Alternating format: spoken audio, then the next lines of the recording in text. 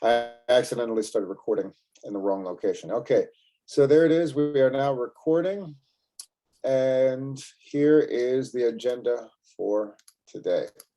Okay, so welcome to March 22nd. It really does feel like spring out there. We're going to review what we discussed regarding the documentary Boston's Latin Quarter. That's going to take up a little bit of time. We're going to go over some of that vocabulary from the interview, like the word gentrification, picking up from our last breakout room on Thursday.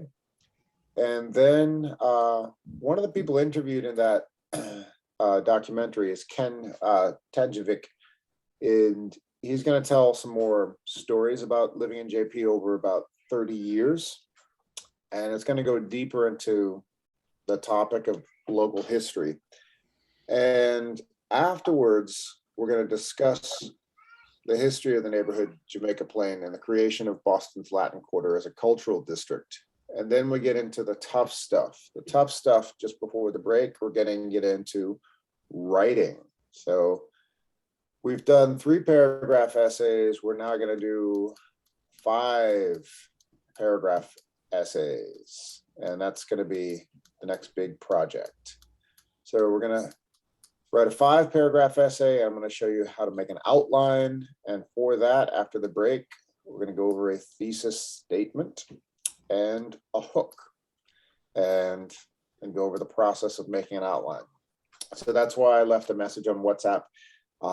If anybody can't make it today, be sure to watch the recording of this class because there's some vital information. Writing an essay, making an outline for an essay, all that is key to survival when you get into college. So that's what we're going to do. Let's pick up where we left off, everybody. And I'm going to go to this slide.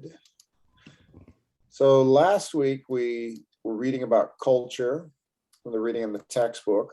And one thing we discussed in breakout rooms, what did you imagine American culture was like before you lived in America? And I ask everybody to take a few moments to think about the question and discuss it in breakout rooms. I'm reviewing this slide because I want to know, does anybody have any, since class last Thursday, does anyone have any new thoughts about this question?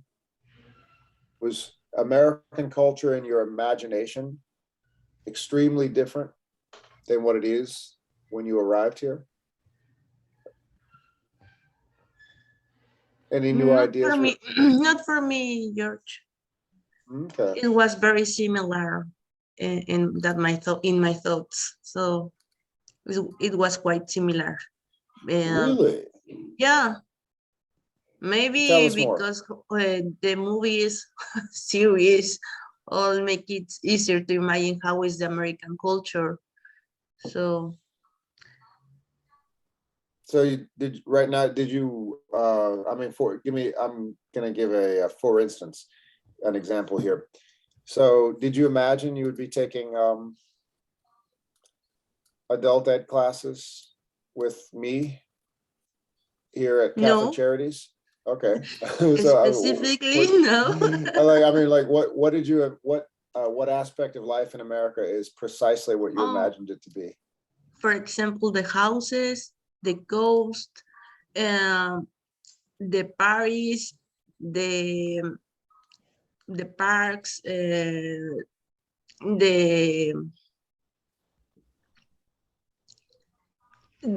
well, there is something that I really likes me a lot, that because I'm a Mexican, I'm afraid about to have a racism from the people, because I've heard a lot of news about that.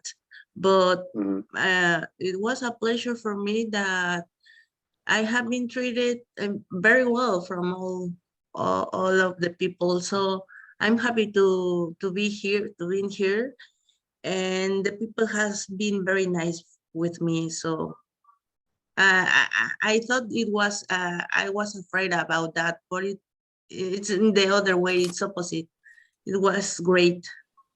Okay, so you expected more racism Yeah. than you Yeah. experienced. Okay, In my all experience. right. Well, that we can call that a pleasant surprise. Yeah. What was, I'm curious, what was precisely what you imagined it to be? Oh, when maybe on the bus or on the subway, when a woman talking to me, oh, you don't deserve to be here, or you have to be return to your country or something like that, because I have seen a lot of news about that, how people, for example, in Walmart had treated on another person and yelling her Well, in that time. are you talking about something that you expected to happen or something that did happen? Something that expected to happen. Okay, I thought you were talking about something that But, did happen. Well, but it wasn't. It was okay. the opposite. Apart from that, did you imagine that, well, a lot of people in this community believe that life will be a little bit easier than it actually is, and don't expect to work as hard as they do. Oh no. I think I have never thought about that. I just only think it's not easy to get money. Maybe your money can, if you send money to your country, it's more money than you expected that you will earn in your own country, because when you transform dollars to pesos, you convert dollar to pesos, is different. Maybe the money you can gain more money in your country than in here in the USA, but you spend the same. The money that you gain here in the USA is the money that you spend here in the USA. But if you send money to your country, maybe you can make more with that money. Well, that sounds like it probably wasn't a surprise, though. Let's go back to culture. Guadalupe, thank you so much for sharing.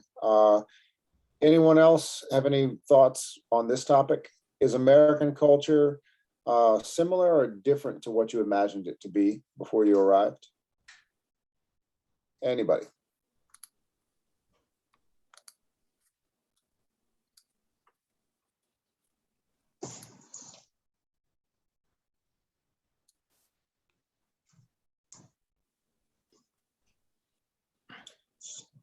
Katya, you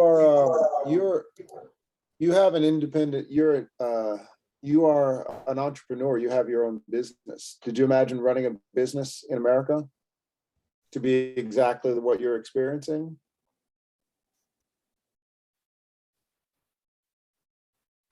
Georgie, can I speak? Sure, I just realized Fernanda's hand was up. Yes, Fernanda. It's different, totally different. The culture, the American for my country, Brazil. And the first step, it's the respect, the appointment.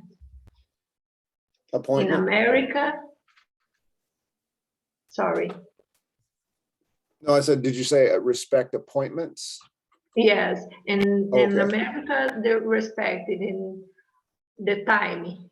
You told me I meeting 10 o'clock. I arrive 10 o'clock in America.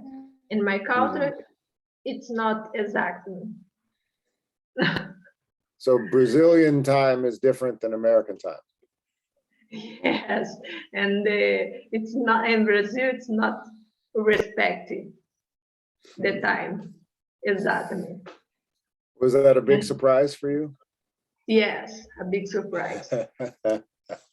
And the food, it's different too. The first in Brazil, it's a breakfast, it's different. Not the meat, the sausage, because a little lunch in America, the breakfast. Mm. And in Brazil, eat more times Mhm. than Yeah, America. several, you like in Brazil, it's like 4 meals, right? Yes, yes. Mhm. And the Is that water, something you expected or was it a surprise? surprise, Ah, totally different for me. And the weather, it's big different too. oh, of A course, lot Boston, of cold, yes. yeah. Mhm. Yep. Were you surprised that Boston has so many Brazilians nonetheless? Totally surprised. It's, yeah, you can get by and just speak Portuguese in this city. But you'll only talk to a small community, but you can survive. Yes, but I don't meet in community because I need improve my pronunciation, my vocabulary. I prefer together the American people. Right. All right, Guadalupe, Fernanda, thanks for starting us off today. That was a nice review of what we looked at. Now here's that big vocabulary word that we ended class with last week, on Thursday of last week. So who remembers how to pronounce this word?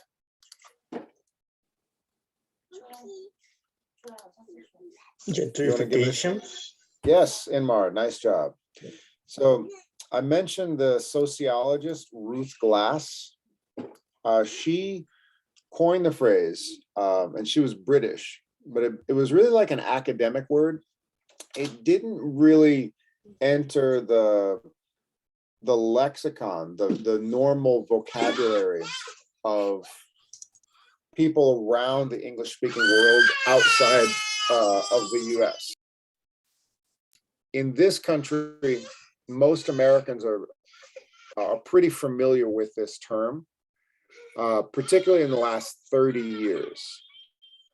And one thing that's quite unique about American cities is that in World War II, after World War II, hang on one second.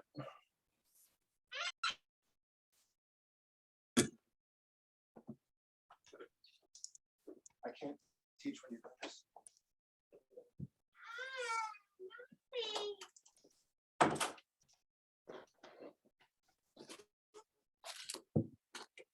Sorry for the delay there. All right.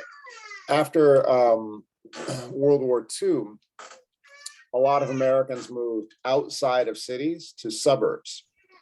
And most people who had the means to do that were middle-class people, white people, and this was called white flight, F-L-I-G-H-T. And cities became places with mostly working-class people of color. That's the opposite in most big cities in the world, where people who have the money and have the power usually would stay in a big city, and people who don't have the money, don't have the power, would be pushed to the outside. That's the way it is in Europe and Asia and elsewhere. America had kind of a reverse. For instance, if you look at Washington, D.C., it's about 80% Black working class, and that's the capital of the United States. Most people in Washington, D.C. who have the money and have the power don't live in Washington, D.C. They will live in Arlington, Virginia, outside, and then commute into work. That's changed in the last 25 years, and that's where the word gentrification comes in. Places where people who didn't have the power, didn't have the resources, didn't have the money, would live in the cities. People who would come, people who did have the money and the power came back into the cities. And that's where the word gentrification became very applicable to describe cities in this country, to gentrify. Jose pointed out the word gentry comes from a French word meaning a French noble, an upper class, elite, or aristocrat. person, somebody with extreme power in society. So if we look at this definition, we can see it applied to Boston's Jamaica Plain. I'm going to underline in, let's see, I'm going to change the color. I'm going to underline right here. Can I get a volunteer to read what I'm underlining? Inmar, would you like to read? Excuse me, teacher? Would you like to read what I'm underlining? Yeah, sure. Okay. Okay. The term gentrification. Okay. The term gentrification was coined in 1964 by a British sociologist, Ruth Glass, when referring to the alteration she observed in the social structure and housing market in certain areas of inner London. Glass observed, one by one, many of the working class quarters have been invaded by the middle class, upper and lower. When this process of gentrification starts in a district, it goes in rapidly until all or most of the working class occupiers and displaced, and the whole social character of the district is changed. Thank you. Beautiful, Inmar. Thank you very much. So I'm going to continue to underline this last part. Once the process of gentrification starts in a district, it goes on rapidly until all or most of the working class occupiers are displaced and the whole social character of the district is changed. How does that apply to Boston in the case of Jamaica Plain in the last 20 years? Based on what we watched in the documentary last week. Estefania. Sorry, George, I have a Oh, question. okay. Oh, okay, I saw your About- hand go up. Yes, about the text said the whole social character. For what reason you Is it put two two? social together? Social character is that was indentation where it was social character was really meant to be kind of a compound phrase. Social character. The whole social character. It is a bit weird. Okay, thank you. Yeah. But are you going to answer my question? Oh, well, I tried. Can you repeat the Okay. question? Actually, I'm going to give the question to everybody to think about a minute. If we look at it's what I'm underlining right here, how does this apply to Boston's Jamaica Plain, the Latin Quarter, based on what we looked at last week?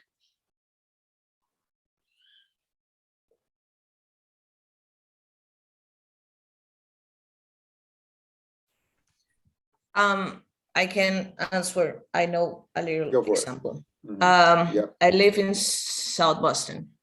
Oh, no. My question is based on what the documentary we looked at last week. So I'm specifically at, because that's the topic. Latin Okay. quarter. Can I try, teacher? Teacher, Yes, please.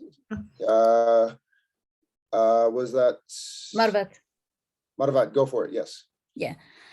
Jamaica Plain is developed and progresses, and the people over there restricted on Spanish language. But after that, when progresses, there is Portuguese and another people come to this area, and the rent was become high, and this make the people display and go far away from this area. So there is development progress, and the side effect of this development affect on the social community in this area. Marvat used a great synonym. Remember the last breakout room? If we take gentrification and try to translate it into another language, Estefania mentioned that sometimes it's just used in Colombia. Tell me if I'm wrong, Estefania. You said just pronounce like with a H sound, like gentrification. Exacto. But in other parts of the word, just taking the English word and making a cognate, and other parts of the world, it's really, really hard to give it a translation, because Madhavat used the word progress,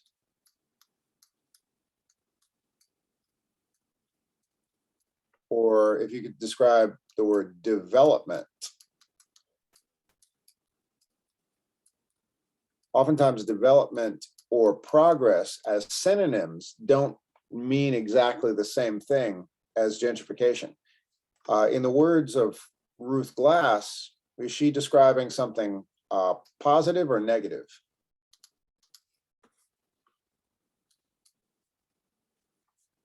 If we look at this writing. Was Fernanda, Yes. let's see. Wrap until all or most of the working class occupiers are displaced and the whole social character of the district is changed. So Fernanda, you said this was positive?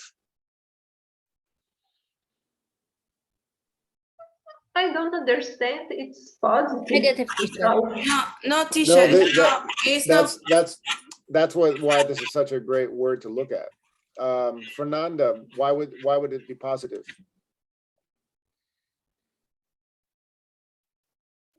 Because it's more easy identification for the people arrive the other country.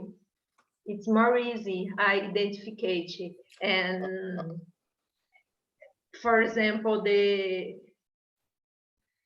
Jamaica plan and the Latin Quarter is the social character, the Latin. Grace, did you say negative? I think it's positive because we can help each other as a Latin to be proud of our, our Latin culture, and we have more activities with around our people. So I think it's positive. All right, I'm gonna make sure everybody, I see a lot of screens off. Is everybody looking at my screen? I mean, I see a lot of cameras off. Is everybody looking at my Yes. screen? Yep. Okay. So Sure. we're gonna get into a little more complex discussion here. What I'm asking you is the tone of the writing here. Once the process gentrification starts, the district goes on rapidly, or almost all of the working class occupiers are displaced. That's what I'm asking you. Is the tone of this writing, the story being told, is it positive or negative? Grace and Fernanda say positive. Marvat, Yes, is this positive or negative? actually, it's positive and negative at the same time. Aha. Me Tell us negative. why. Very true. Because Marvat is absolutely correct. Yeah, the good things, because the gentrification hold the both meaning. The positive thing is there is diversity in the community, and the negative thing is the rent is high and displays of the occupier far away from this area. There we go. Does everybody see how this story is quite complex? Working class occupiers are displaced. That means who is not able to live there anymore? People who belongs to the place. Correct, Or Estefania, work yes. in the place. Right, exactly. That's what this word, that's the story that is encapsulated in this word. It means the people who have been there a very long time will no longer continue to be there unless they can afford it. That's what's complex about it. If you tell, and of course, this can also be a synonym of development. To develop is to make a place more appealing, which means more expensive. Progress, certainly, this could be used as a synonym with progress, but the word gentrification is not the same as development and progress. Who could tell me what's different about this word with these two words right here? Marvat basically answered the question, but I want to make sure everyone's on the same page.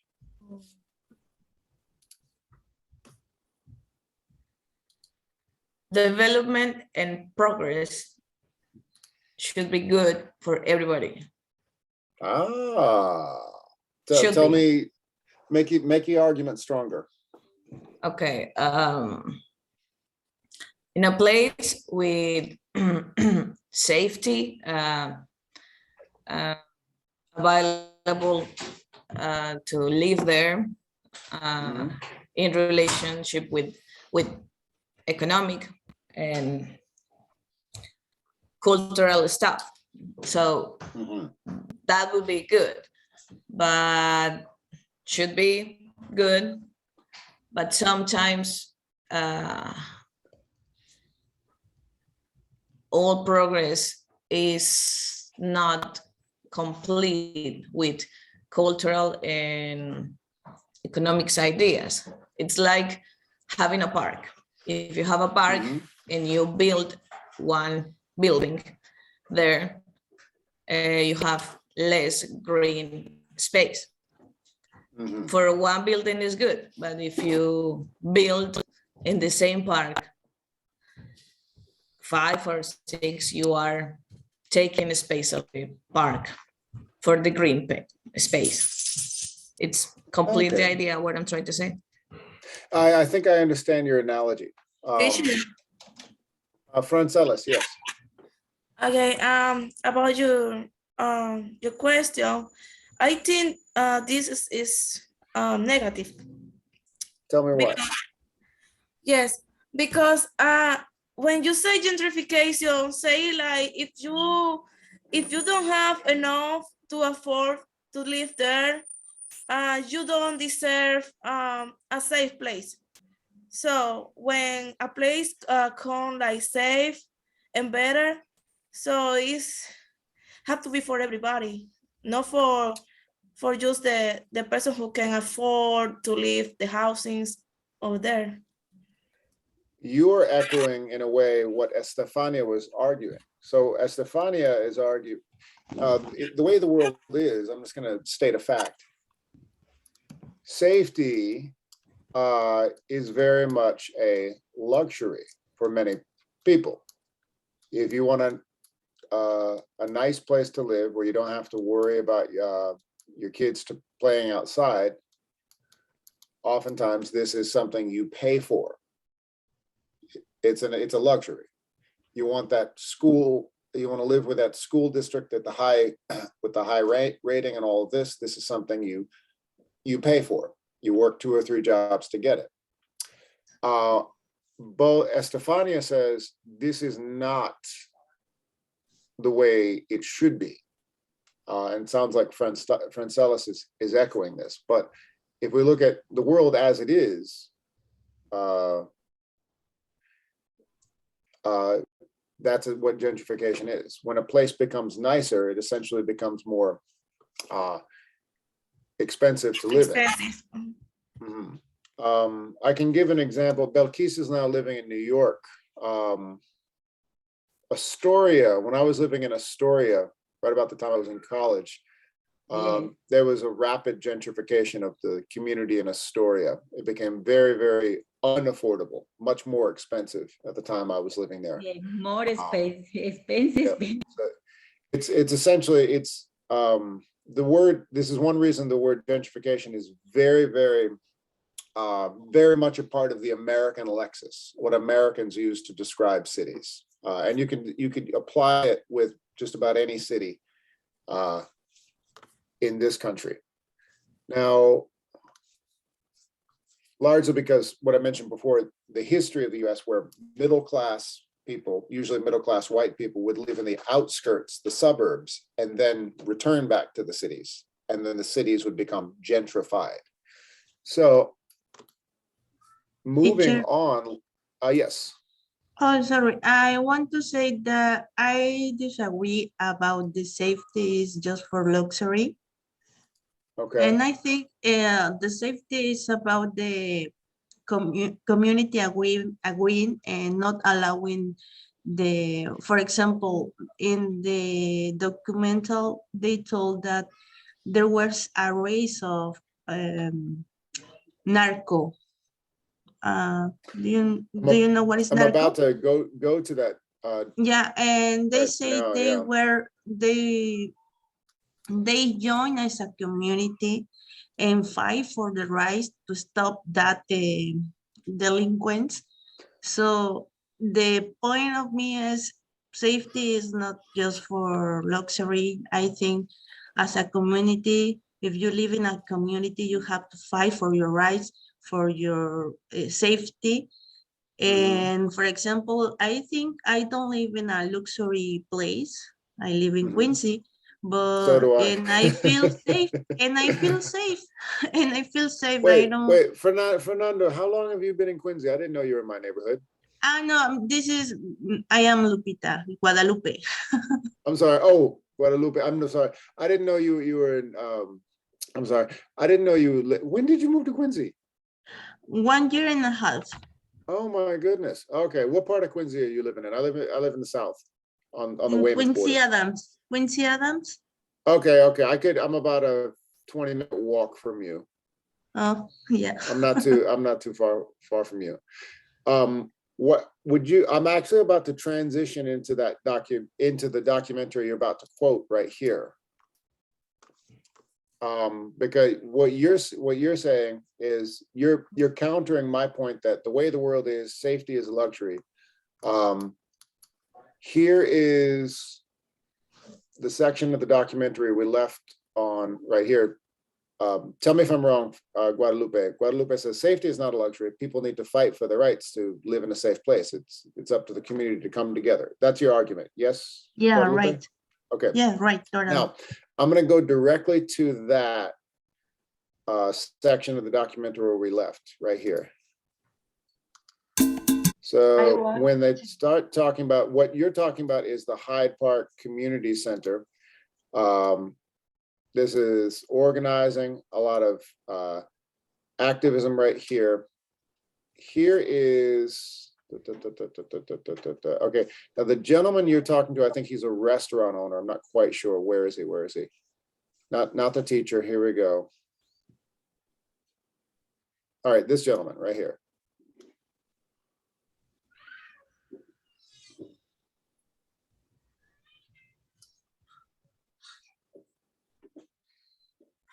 Okay, this section right here. Alex Chimis es el típico chimichurri dominicano. Tenemos el pollo rostizado, tenemos chicharrones, tenemos carne frita, pollo frito, también tenemos arroz con gandules, tostones, batata, yuca. Un menú típico. ¿Para llevar? Para llevar, sí. ¿Acompañamos? No. Aquí tiene el pollo, el arroz y la yuca. Todo. Este sitio de Alex Chimi, bueno, pues por 20 años ya en nuestro punto estratégico para nuestra comida deliciosa. Y estamos aquí para comer bien.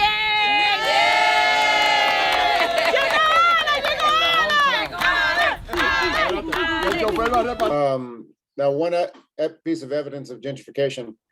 Why is it that this man's community has to take a field trip on a bus to go get the food they like?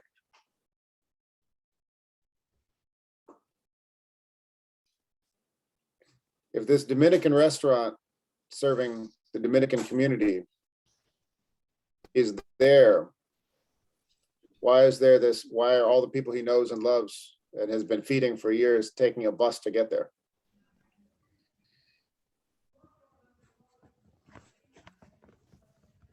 Remember your country, the food? No. It's coming up right here. Oh, maybe because here before. Well, you're gonna hear words like you're gonna hear some other locations outside of Boston coming up right here. Esta es la bendición. El que prueba regresa. Y cuando regresan se When they sienten. come back, they feel like home. Well, they come back. Where did they go? Esa es la bendición. El que prueba regresa. Y cuando regresan se sienten en casa. Bendiciones. Gracias. Bendiciones. No podemos decir más que gracias Dios por ponernos en el centro de Latin Quora en la comunidad hispana para poder servirle a nuestra comunidad.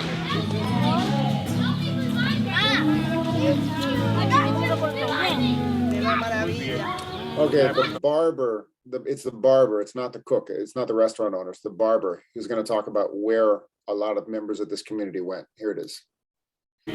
86, 87, I started to notice this, yes, there was still all that vibrancy and the music, the culture. There was a very lively street presence of families. I also began to notice very quickly that there was a big drug and violence issue. Empezaron a vender drogas y por la calle y se puso muy duro esto por acá. There were. So now we're going back in time 30 years ago, and he's talking about the transformation.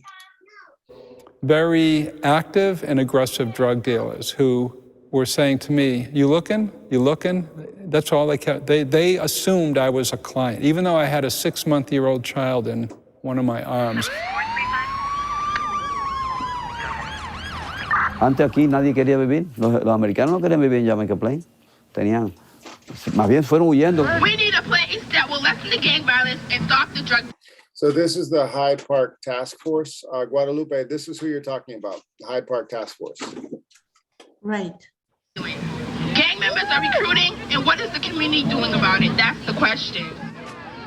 The neighbors got together and we were like, what are we going to do about this? We dream that one day we can play together, stop the hate, and become one family. Empezó a limpiar un poco la comunidad, poquito a poco, y fuimos mejorando poco a poco. Por más de 40 años, los latinos hemos trabajado arduamente, sembrando una semilla de unidad en Jamaica Plain. Well, I have news. If we all come together and we fight and we have a dream and we stick together, it could become reality. It's important to talk to those who were here, who remember the neighborhood of what it was 60 plus years ago and how far we've come, but that it didn't happen overnight. I know the fight's not over. There's a lot more we can do, but to remember what it takes. Y es una comunidad que está siendo ejemplo de comunidad. Está siendo ejemplo de convivencia.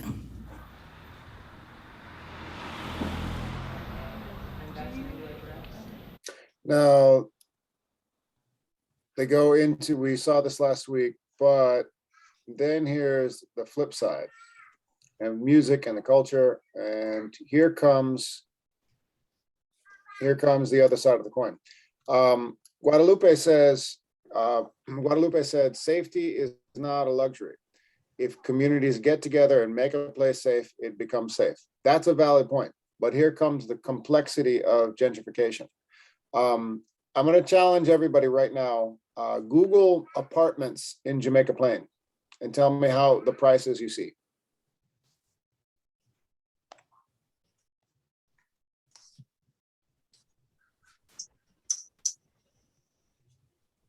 For sale or for rent, and then just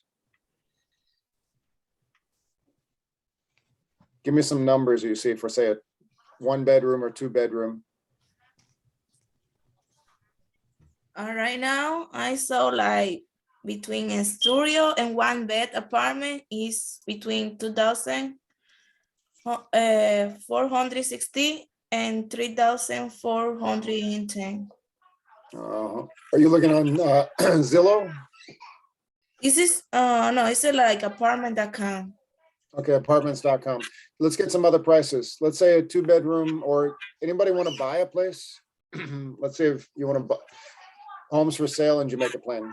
Give me some prices. On Zillow, 1 bed is 2,750. 1-bedroom apartment. All right. Anybody else Googling some prices?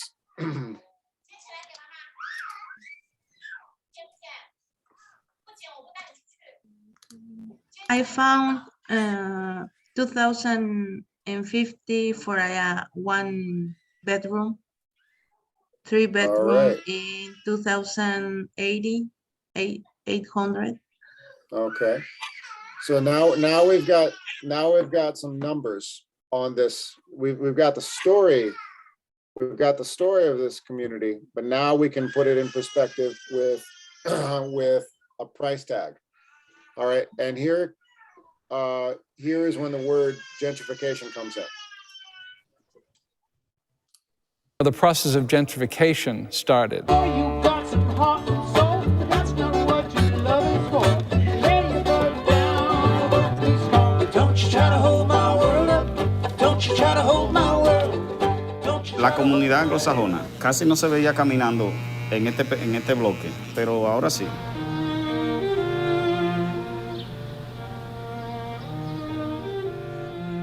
Ha sido demasiado rápido el aceleramiento, el crecimiento de la ciudad de Boston. Poquitos obreros pueden vivir aquí. Okay, so I'll stop it right there. So, Teacher. oh yeah, I'm muted. Oh yes. Mhm. I think it's like something unfair because the community who was worked to the people who was worked to put the community in more safety, when become safe, they have to move out. So Well, I feel something like unfair. Well, what would you say to Guadalupe's point? Guadalupe said safety is not a luxury. People can make a neighborhood safe. My point was safety is a luxury. If you want to live in this community that is relatively safe, it's not the safest place in the world, but relatively safe, there is a price tag, and those are the numbers that we were just looking at. Yes, I think it's something like, because it's more like it's the same time it's about a progress, because you know these people they are more close to the government's buildings, the malls, and something like that. Because I have in 2020 I have to move to Rhode Island because I can't afford 1-bedroom apartment. Yep. And in over there is too quiet and too safety, but it was less expensive to live there. Yep. Now That's generally how it works. I understand the point of Guadalupe say, because I was safe over there, but at the same time I have to work here. I have to drive all the way to work here. And I have to leave my job because I don't know, this word doesn't work, because I have to pay for more gas and to drive here.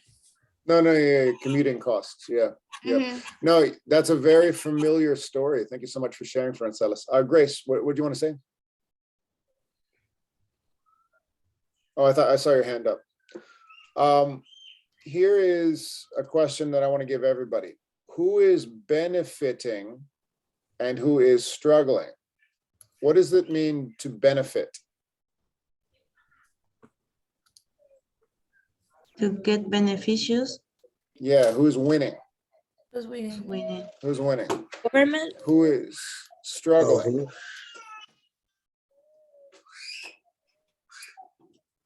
Struggling means their life is now harder. So there's winners and losers. The winning is the people who has more money to build some building or some business. Struggling the people, the organized people in the community, the poor people. Yeah. There you go. Now, I think the winners are the settles, the persons who start in the community, and the struggling is for the new ones that has to work there or has to live there, because everything is more expensive. But for the person who start to live there, I think they are winning because they fight it for all the things that now they have. Kimberly, you wanted to add something? Yeah, I was about to say that the people who's benefited is the people like made those changes in the community, like they create more, they construct, yeah, create more apartments so they can put the rent higher, so they can have more money. And the people who are struggling is the people that already live in the community who have to pay more rent, and the people who also move to that community because it's gonna be more expensive for them. Kimberly really made a good point. If you own property, you are the owner. When do you want to buy? Before or after gentrification? Can you say it again, teacher? If what you're talking about is the life of a homeowner versus a renter, whole different world. When do you want to buy a house? Before or after gentrification? After gentrification. I mean, before. Before, right. Before. Yeah, right. before. There you go. Yeah, it's more easy if you have if you have a house. If you get a house before the gentrification, it's more easy for you because you don't need paid expensive rent. There you go. Yeah, and if you buy that house before and you want to, after the gentrification, you start like renting that house, you can get more money. So that's definitely who is benefiting. Now, who would be struggling in this situation? Hey, teacher, even if you have a house, your own house, you can be a winner too, because you can rent your apartment. Well, right, owners. We've established that owners are the winners. If you own a house before gentrification, buy it when it's dangerous. It's a place nobody wants to live unless they have to. And then when the neighborhood changes, then you can benefit. I'm just highlighting this word. You can be a beneficiary of the gentrification. But when gentrification happens, somebody is benefiting, who is struggling? So we got a winner over here, but who's the loser? Owner, who doesn't, who is it, Kim? The people who doesn't.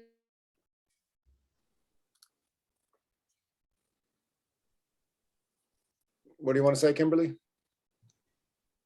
There. I'm going to play this section again. Here we go. So the process of gentrification started, and notice they cut deliberately to different people and different culture and different music.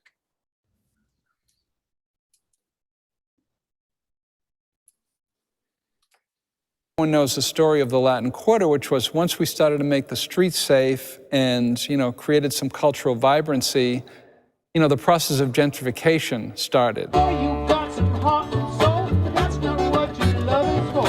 Lay your butt down, please call me. Don't you try to hold my world up. Don't you try to hold my world. La comunidad anglosajona casi no se veía caminando en este bloque, pero ahora sí.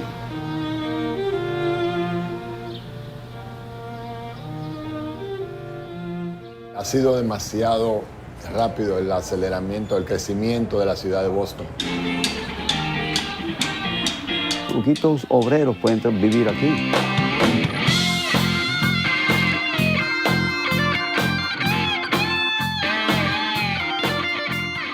So, la comunidad ha tenido que desplazarse a las the outskirts of the city. Do you remember why I asked a minute ago, why is it there's this like a minivan of Dominicans driving in to get their favorite food?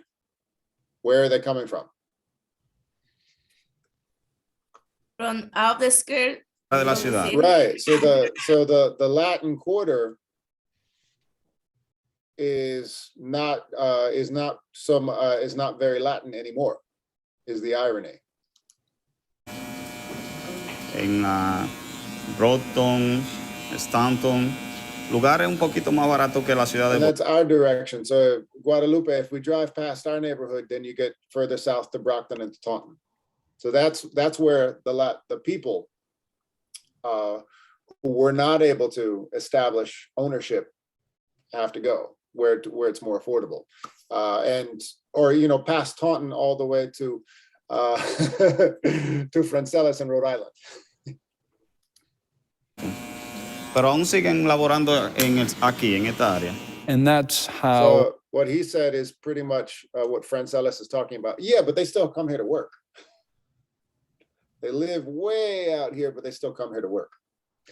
So the question is, who is benefiting and who is struggling because of gentrification?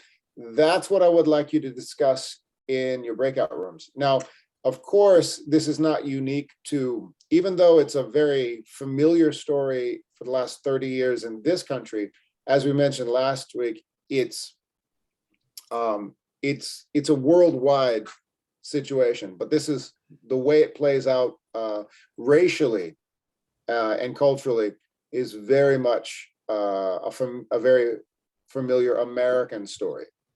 But the word gentrification doesn't always translate well into every language, apart from if you are in Colombia, as I learned last week.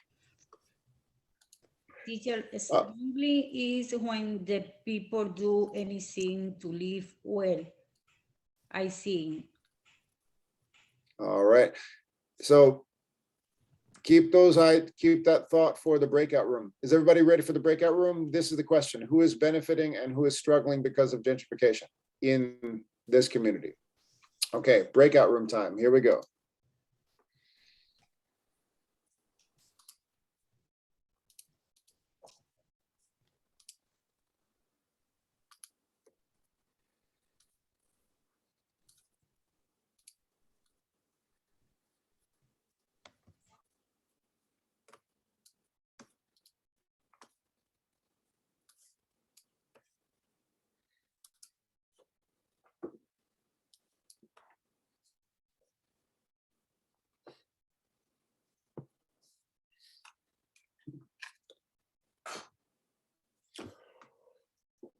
Oh, yes.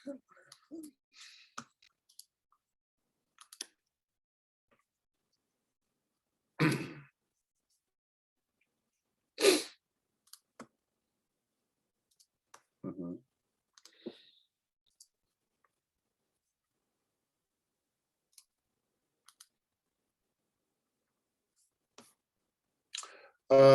Katya, you're on from 2 devices, but you're not in the breakout room. What's going on?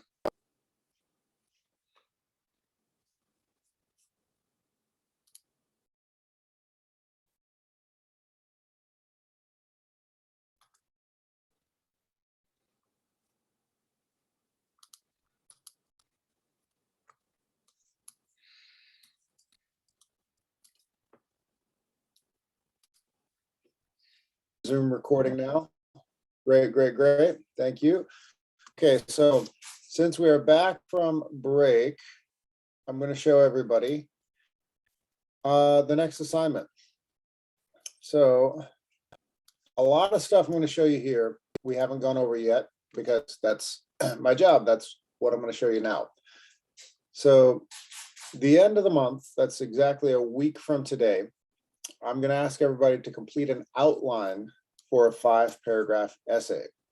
So I haven't even showed you what an outline is yet, and that's what I'm going to do for the rest of class and also to review next week. So what I put here, as I said, attached is a format of a 5-paragraph essay outline. The topic of this essay is gentrification of Boston's Latin Quarter, what we've been discussing. Following the discussion we had last, fill out the form attached. So what I would like you to do is answer this question in a thesis statement. That's also something I'm going to go over with you now. what you have been discussing is this. Does gentrification improve Boston's Jamaica plan? In some ways, yes. In some ways, no. That's where you want to make your thesis statement. What is an outline and what is a thesis statement? That is what I'm going to teach you. So if you open up this form, I'm going to minimize my video panel because I know you see a black bar on the side of your screen there. Okay. What I wrote right here is an essay outline. Your essay should have a title. It'll start with an introduction, paragraph 1. Then you'll have 3 body paragraphs. Body paragraph 2, body paragraph 3, body paragraph 4. So essentially, you introduce the topic, you give your thesis statement. There's a hook. I'll explain what that is in a moment. Body paragraphs, and then you have a conclusion, which is a restatement of your thesis. This is a blueprint for most of the essays that you'll be writing in college. And for many of you who have degrees from overseas, this might be brand new. For some of you, this might be familiar. Others, this might be brand new because an essay format is different when you learn different languages in different countries. But this is generally the blueprint of a 5-paragraph essay in most English-speaking countries. If you go to school in Canada or Australia, this is what will save you when you're writing in college. So now I'm going to introduce some of these new vocabulary words. We've gone over topic sentences. You know what supporting ideas are. You know what an introduction is. Here's a new word, a hook. Who wants to guess what a hook means? It's something to holding and attaching. Yes, I'm doing it with, exactly. Francelis, do that with your hands again. Exactly. So yeah, it's essentially the first line has to grab the reader. The word hook is used in the same way in music, songs. If they have like a beat that stays in your head or a chorus, often called the hook. So what's something, if the topic is a familiar story like gentrification, what's something that would make a reader want to keep reading, not just put it down? What are some of the things you went over in your breakout rooms?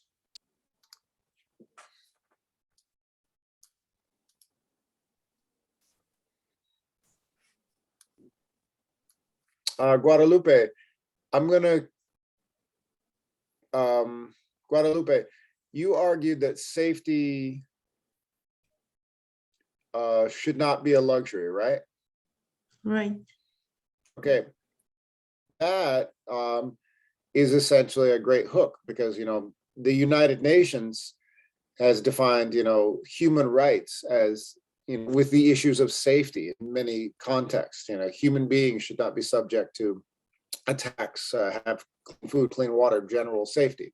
So in the richest country in the world, why is it that living in a safe place is oftentimes a very expensive thing to do? Guadalupe, I'm going to give an example of a hook.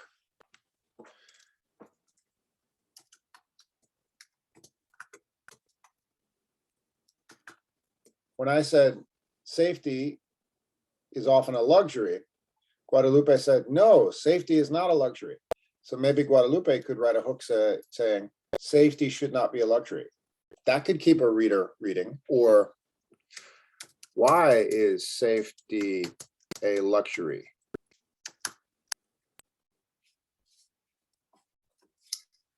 Or, it was a little bit strange when the owner of a Dominican restaurant was meeting a lot of his regular customers who are traveling outside of the city, right?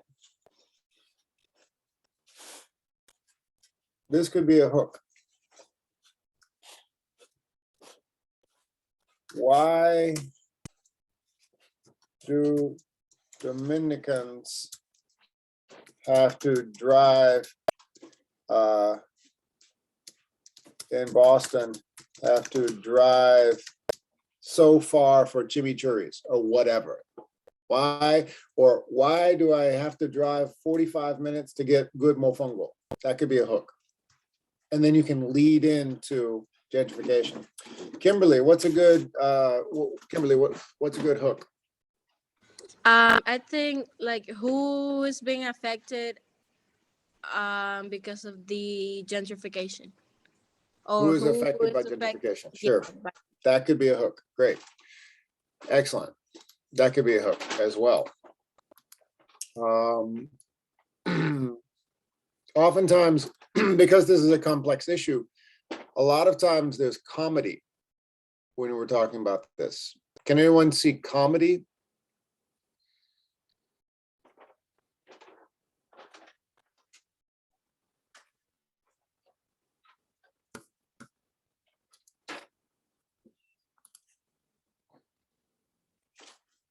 I'll give you an example. Comedy. Can anyone think of comedy in regarding this topic?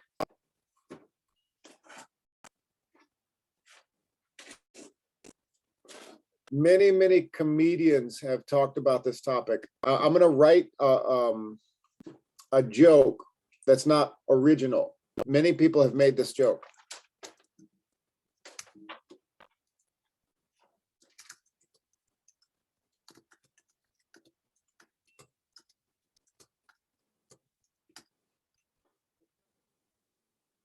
Okay, Francelis gets the joke.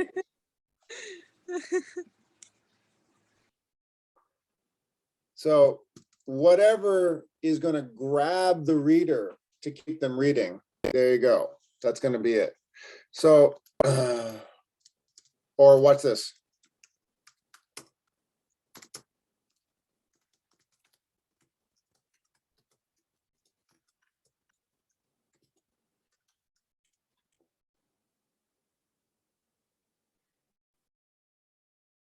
I don't see a lot of cameras on, so I can't see expressions on faces. Okay, there we go, Kimberly. You get it. So it's something, a hook is something that introduces the topic without fully explaining the topic, but grabs the reader. Now, a thesis statement is your argument. You could argue, the question is gentrification for the Boston's Latin Quarter good? If you're arguing, yes, it's good, that's what you make in your thesis statement. Think of a thesis statement as an argument. I'm going to show a short video about that later because I don't want to go with too much time here, but I'm going to go over the rundown. Then with your first body paragraph, topic sentence, and then supporting ideas. And then the same thing, topic sentence for you transition into paragraph 3, topic sentence and supporting ideas. Transition into paragraph 4, topic sentence and supporting ideas. Conclusion, and that's where you restate your thesis. The thesis is your argument, your whatever it is you're arguing. Now, you want to answer the question in your thesis statement. Does gentrification improve Boston's Jamaica Plain? Who could make an argument? Because that's what an essay is. It's writing, it's rhetorical, meaning you're arguing something. Who can make an argument? Does gentrification improve Boston's Jamaica Plain? Who raise your hand if you could make an argument?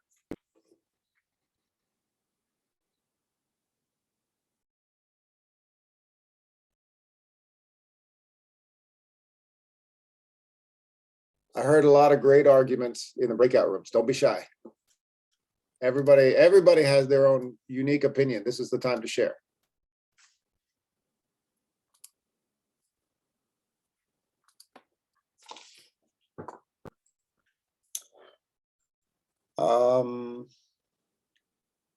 I'm just going to call somebody randomly. Cold call. Estefania.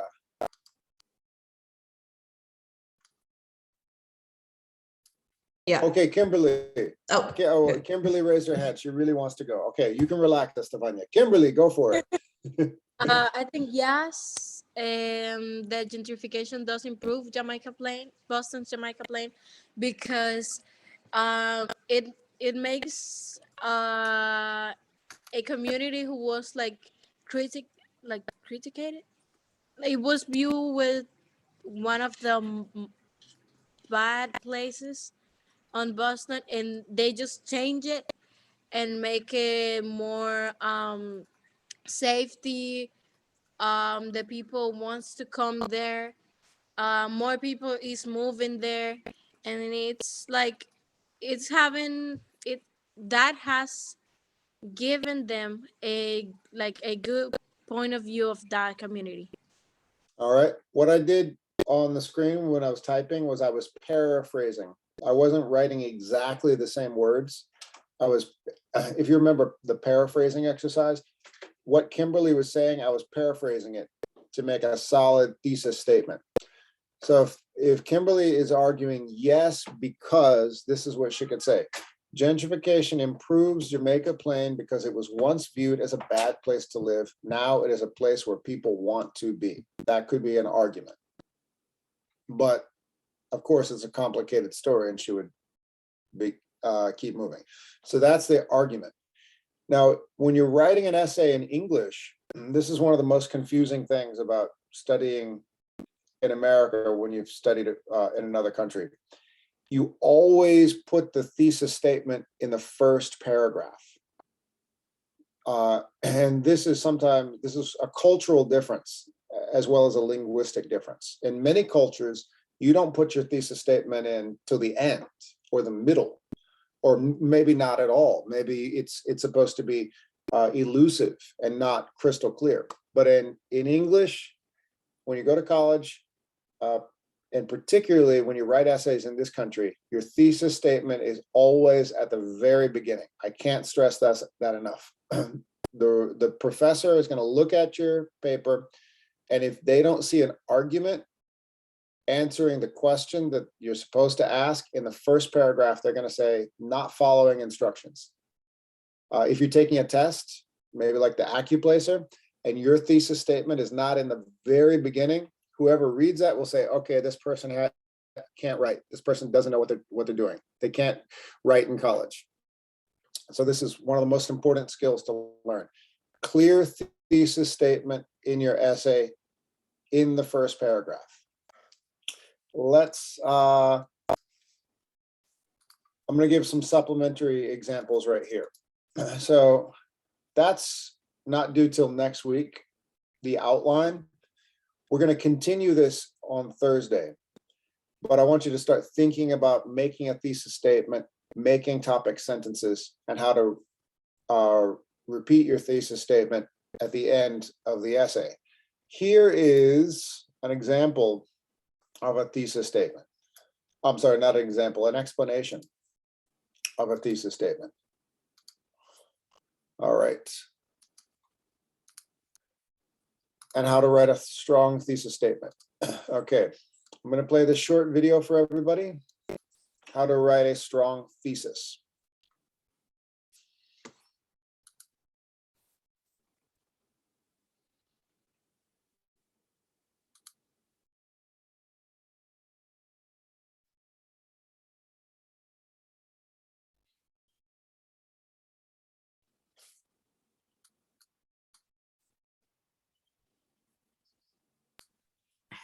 Don't have sound, teacher. Why is that? I had sound a little while ago and now it's not there. Well, thank you so much. Here we go. That's right. It's not optimized for sound. So it was just a guy moving his mouth. All right, here we go. Thank you. All right, let's start again. Here we go. How to write a strong thesis statement.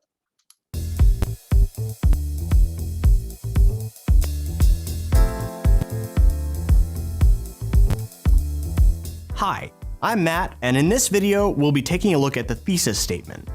The thesis statement is the core of your essay. Without it, you simply have a series of paragraphs in search of a point. So what is a thesis statement, and how do you write one?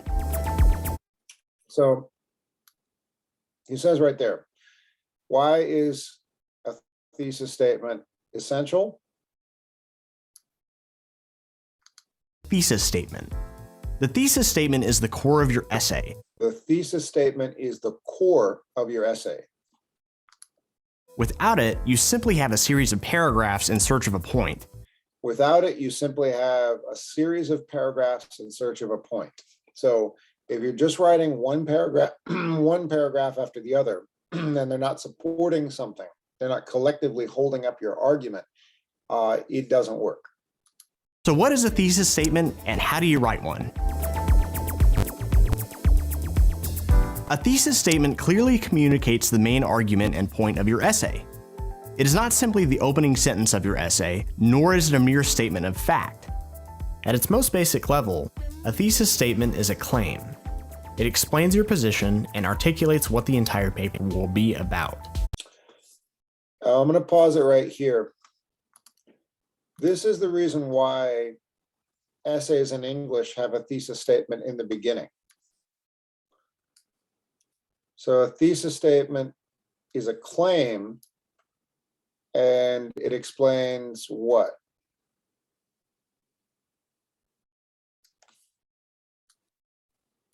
Your opinion about the topic? Yes, your opinion about the topic, your argument, and what the entire paper will be about. So why is it at the start of the essay? Because More information. no, No? Is the hook? no. It's usually just after the hook. Remember, the hook is just to The grab title? the reader's attention, not the title.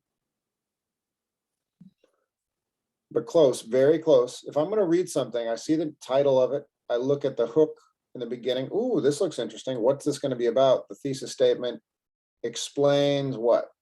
You can just read what I underline. Your Position, your opinion.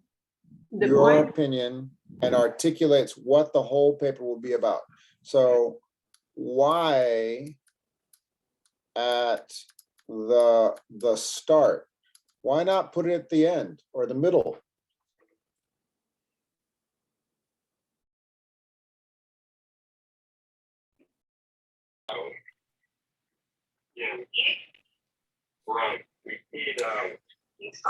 The answer is because in this culture, for writing, I'm going to mute somebody here. In this culture, you want to tell the reader exactly what your essay is going to be about in the first paragraph. That is not always the case in other languages. In English, that is definitely the case. The reader needs to know what this argument is in the first paragraph, and the remaining body paragraphs are evidence, proof to support that argument.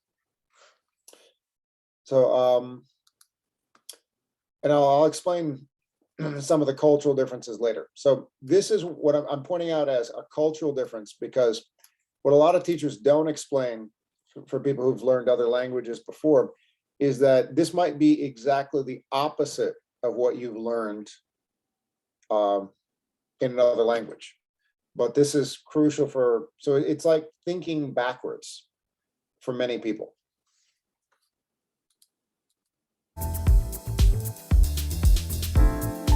Before you start drafting a thesis statement, you'll first need to choose your main argument. However, you can't advance or defend a valid position without understanding the argument, the discussion, or the material. So, before you take a stance on anything, make sure you understand the topic you plan to write about. If you're struggling to find something meaningful to say, you might need to review your topic and the material you're drawing your points from to make sure you've really grasped the material. You may also find that you need to write some body paragraphs to articulate your views on the subject. But don't let yourself get carried away. The more you write without knowing your intended direction, the more you may need to rewrite your draft once you do have a thesis in place. Once you've drafted your thesis statement, you'll place it into your introductory paragraph. Depending on the context, your thesis statement can be either at the beginning or the end of your introduction. If you place it at the beginning, this prime position will immediately signal to the reader, "This is what my paper is about." However, it can also come across as too direct, especially if your goal is to intrigue your readers. Instead, you may choose to place your thesis statement at the end of your introductory paragraph.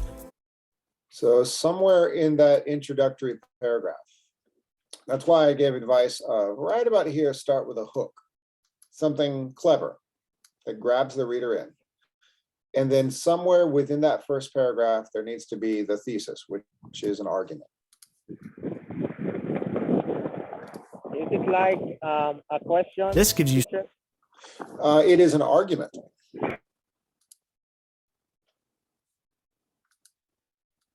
A thesis statement is an argument. You are arguing a particular point.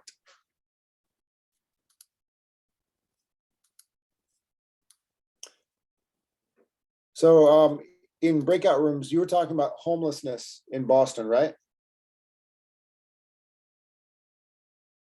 Yes. Yes. So a question would be, why are so many Bostonians homeless? That's not a thesis statement. That would work as a hook. But if you had an argument, it could be, we need to provide housing for the homeless, or whatever. Your actual argument, what it is that you are, your idea that is you're trying to implant into the mind of the reader. That's what writing is. It's essentially, it's manipulating someone's mind. You're putting your thoughts into your idea into someone else's brain. It's a miraculous thing. And it can be a dangerous thing, but it's part of being alive. That's what makes being a human interesting. So let's keep going. That thesis needs to be in that first paragraph. Room to bring your readers in and provide some context for why your claim matters.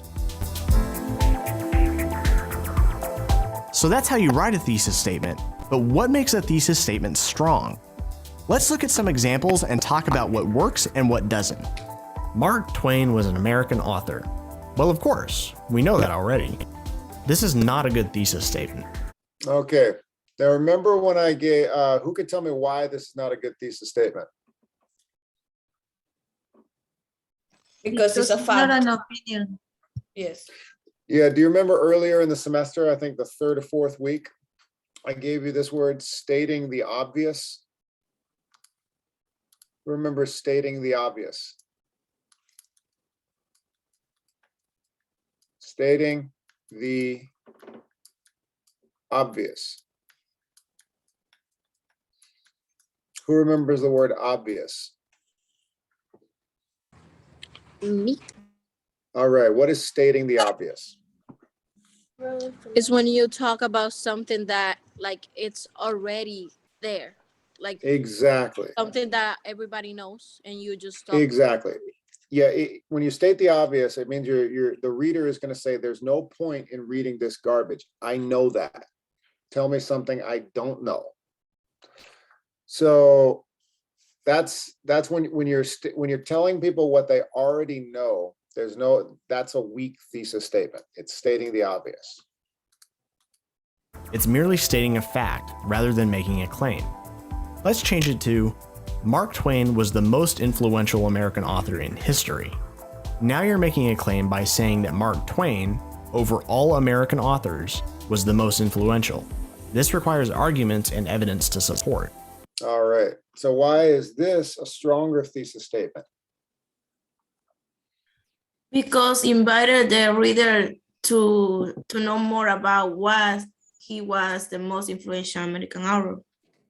Yes, and what he said right here is it requires evidence. Here's my claim and here's my evidence.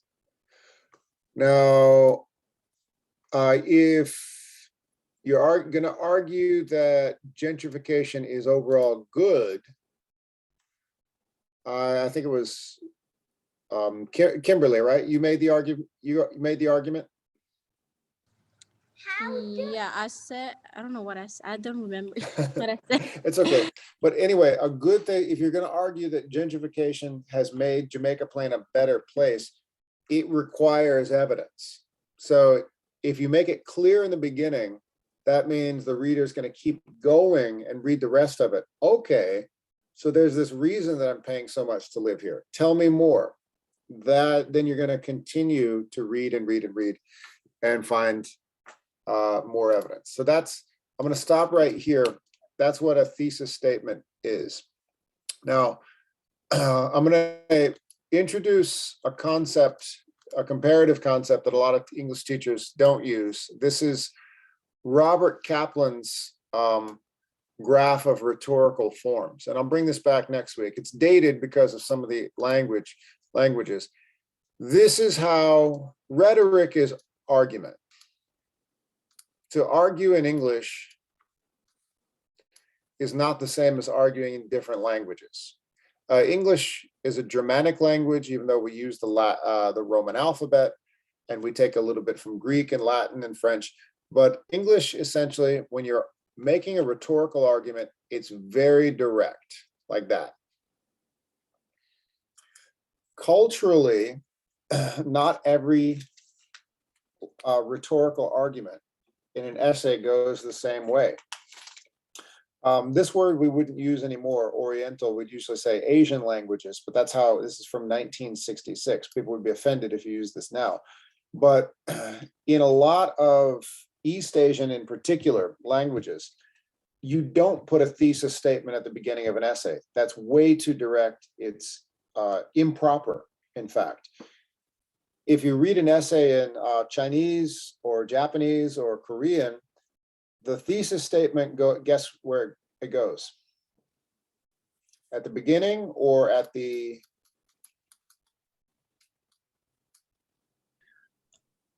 All over the document? At the very end. Oh. At the very end. I taught years in China. University students who speak very, very good English would format an essay the Chinese way, which means you begin without even mentioning the topic at all. You'll begin with something completely almost unrelated. Like, as we all know, every coin has two sides, unrelated to the topic. First paragraph doesn't even mention the topic. Second paragraph, we get a little closer. Third paragraph, we're kind of getting there. And the reader has no idea what we're getting to. And then we get into the topic at the end. And then finally, the argument comes, ta-da, and it's this long journey in a spiral. That's exactly how you're supposed to write an argument in that language, in Chinese. And similar languages that stem from Chinese, like Japanese, will have that same pattern. So you could learn English, but structuring your essay will be a problem if you structure it the same way you would structure it. If you speak Chinese and then learn English, and then you write an essay the Chinese way, the reader's going to say, all right, you're not following, this is wrong. And really, it's a cultural difference. Semitic languages, Romance languages, meaning languages based from Latin, like Portuguese, Spanish, Italian, will follow this. More Slavic languages like Russian, Polish, Ukrainian will have this zigzag pattern.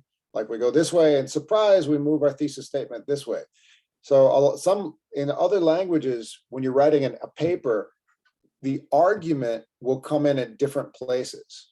But in English, it's always start right here and then make your argument and prove it through the entire essay. So I'm showing this graph from Robert Kaplan to introduce the last breakout room. Thank you. Well, what do you think? How is the structure of an essay in English different from an essay in your language? Think about that for the last breakout room. So I'm going to type it right now so everybody understands. How is the structure of an English essay different from an essay